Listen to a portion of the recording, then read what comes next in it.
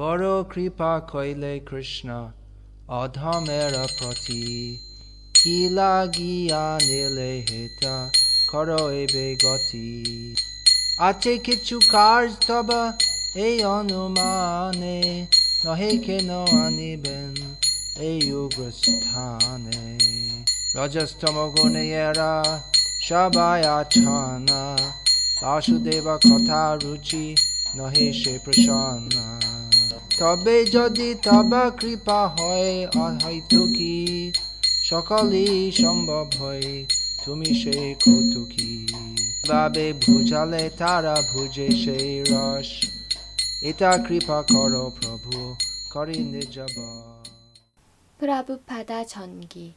프라부파다. 당신의 행복을 항상 빌어주는 사람. 제1장 고군분투 Part 3 1966년 2월 15일 박티베단타 수아미는 미스라 박사의 요가센터에서 2층 아래에 위치한 방 307호로 옮겼다. 미스라 박사에 따르면 수아미는 미스라 요가센터와 독립된 자기만의 공간을 갖기 위해 이사한 것이었다. 그러나 307호는 거주를 한다거나 강의를 할 수 있는 방이 아니었다. 가구도 전화도 없는 작고 비좁은 사무실이었다. 낡은 사무실에서 흔히 볼 수 있는 큰 우윳빛 유리로 된 문이 있었고 문 위에는 가로로 된 채광창이 있었다. 박티베단타 수아미는 바닥에는 담요를 깔고 임시 책상 구실을 하는 소형 트렁크를 앞에 놓았다. 그는 그 바닥에서 잤고 그곳에는 주방은 물론 심지어 욕실도 없어서 매일 미스라 박사 아파트에 가야만 했다. 수아미가 501호 요가센터에 거주할 때는 미스라 박사가 재정 지원을 했으나 이제 책을 팔아 번 돈으로 스스로 생계 유지를 하고 72달러의 월세를 내야 했다. 웨스트 엔드 소형 슈퍼마켓에서 고춧가루 한 봉지가 인도 가격의 10배 달하는 25센트라는 것을 알았다. 정규 수입은 없는데 생활비는 증가했고 육체적으로도 더욱 불편해졌다. 그러나 적어도 자신만의 공간을 가지고 이제 마음껏 프리칭을 할 수 있게 되었다. 수아미는 크리시나에 관한 이야기를 하기 위해 미국에 왔고 처음부터 그런 기회를 잡았다.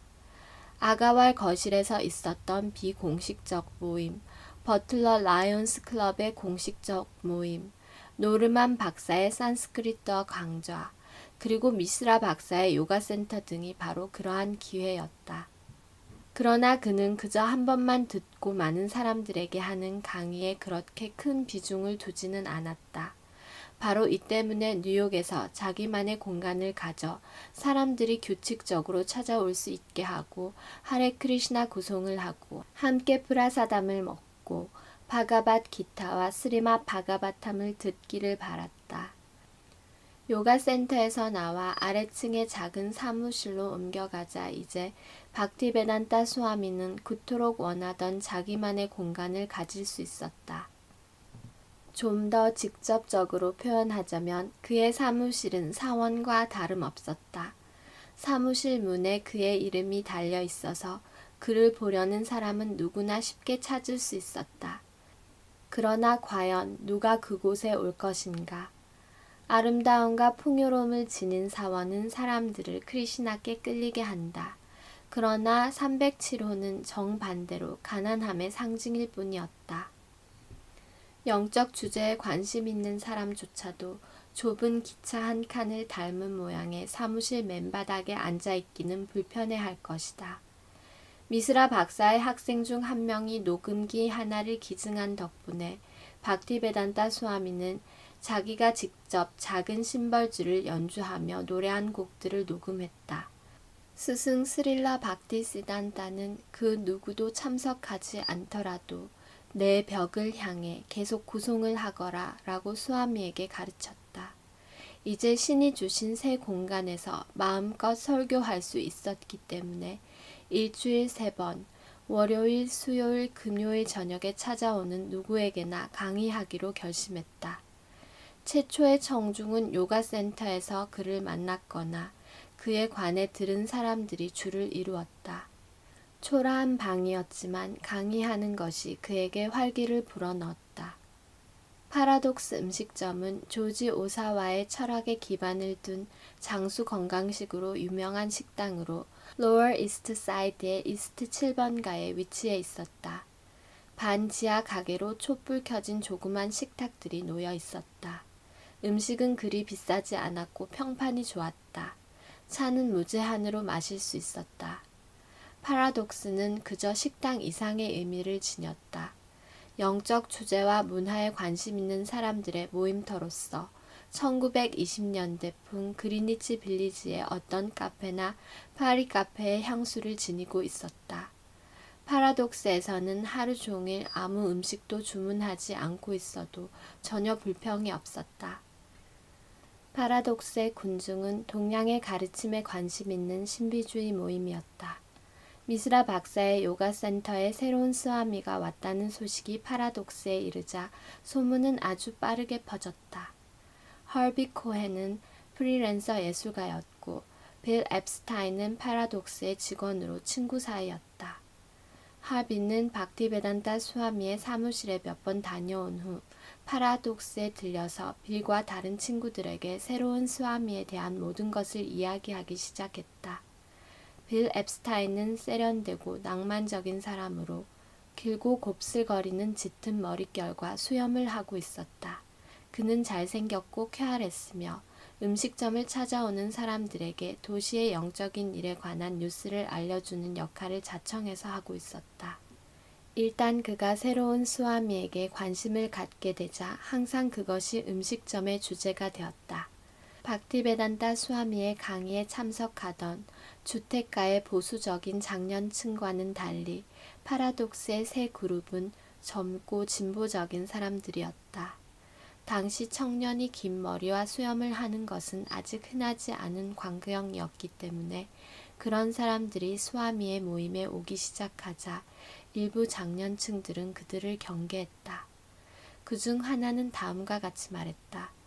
박티베단타 스와미는 이제 또 다른 부류의 사람들을 끌어모으기 시작했다.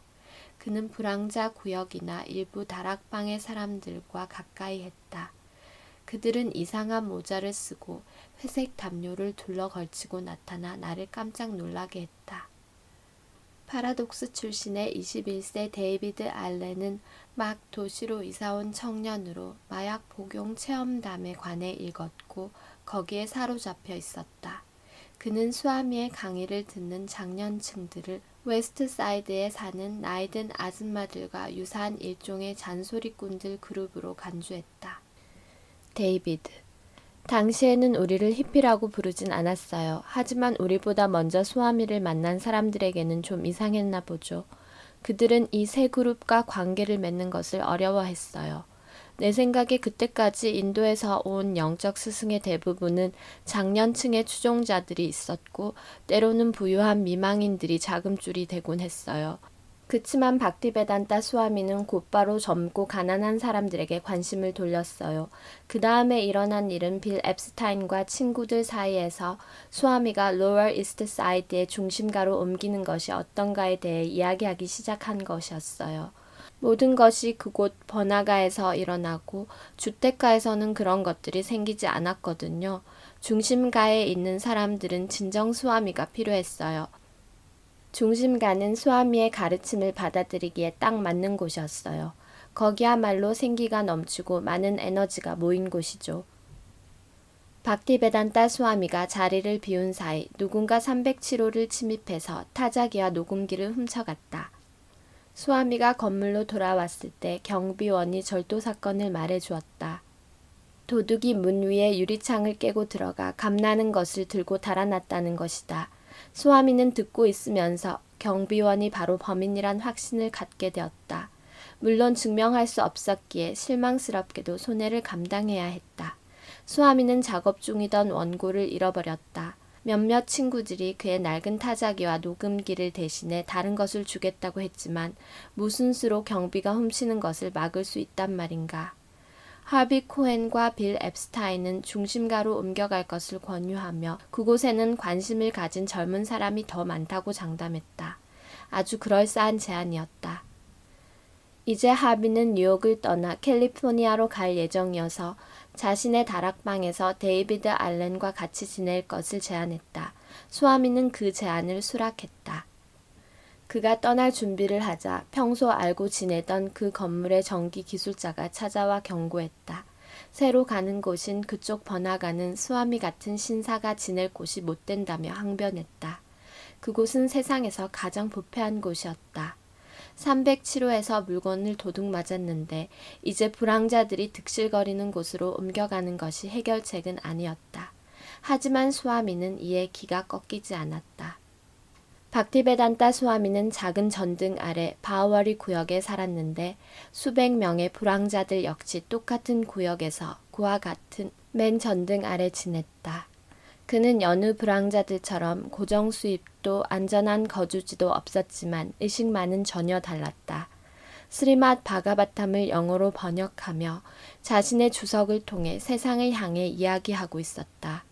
강변의 고급 아파트에 있든 불황자 구역 다락방에 있든 그의 임무는 크리시나 의식을 인류의 가장 중요한 숙명으로 정립하는 것이었다.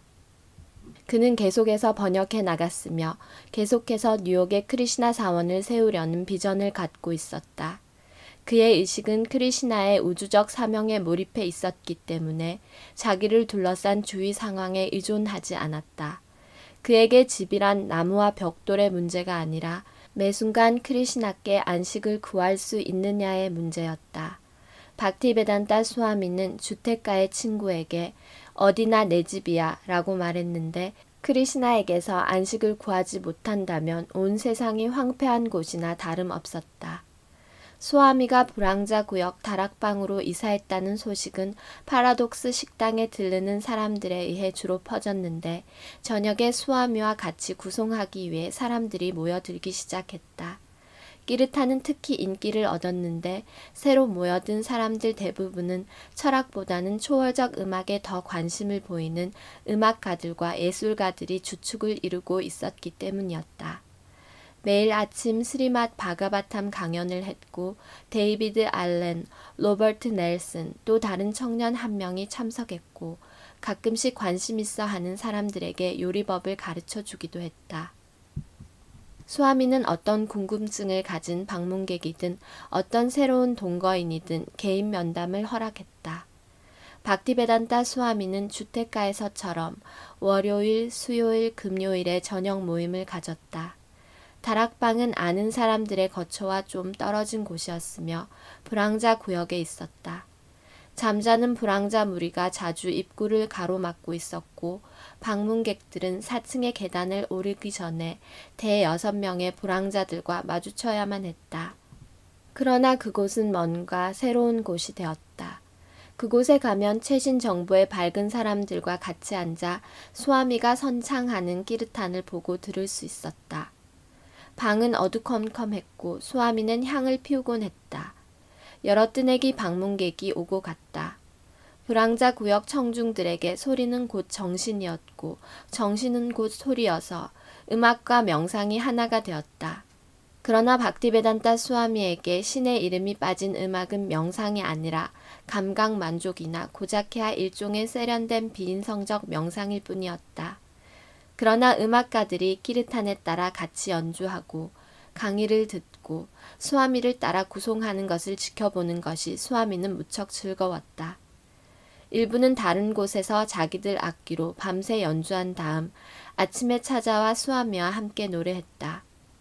수아미는 그들이 품은 소리에 대한 집착을 만류하기보다는 새로운 소리를 주었다. 베다의 소리는 물질의 창조의 첫 구성 요소라고 한다. 소리의 근원은 절대신이며 절대신은 영원한 인격이다. 박티베단타 수아미의 초점은 절대신의 개인적이고 초월적 이름을 사람들이 구송하도록 하는 데 있었다. 사람들이 하레 크리시나 구송을 하기만 한다면 그것을 재즈, 민속음악, 락 또는 인도 명상법으로 생각하든 차이가 없었다. 박티베단타 수아미가 살며 걸어다니던 곳은 좋지 않은 이웃들이 가득했으나 그는 조금도 개의치 않았다. 종종 몇몇 불황자들이 다락방 문 앞에서 자거나 의식 없이 쓰러져 있어서 그들을 넘어 나오곤 했었다. 때로는 술 취한 사람들이 몸을 가누지 못해 수아미와 부딪히기도 했고 어떤 불황자는 알아들을 수 없는 말로 짓거리거나 수아미를 비웃기도 했다. 그들보다 정신이 좀 더 말짱한 사람들은 94 바우어리 문을 들어가고 나가는 수아미를 공손히 맞았고 수아미의 출입에 예를 갖추었다. 수아미는 길을 비켜주는 그들을 지나가며 답례하곤 했다. 분명 길가에서 마주친 바우어리 사람들 중에서 우산과 갈색 시장 봉지를 들고 가는 주황색 옷을 입은 자그마한 노년의 인도 성자를 알아본 사람은 거의 없었다. नमो विष्णुपादाय कृष्णपृष्ठाय भूतले श्रीमते भक्तिसिद्धान्त सरस्वती नामिने श्रीवार्षभानवी देवी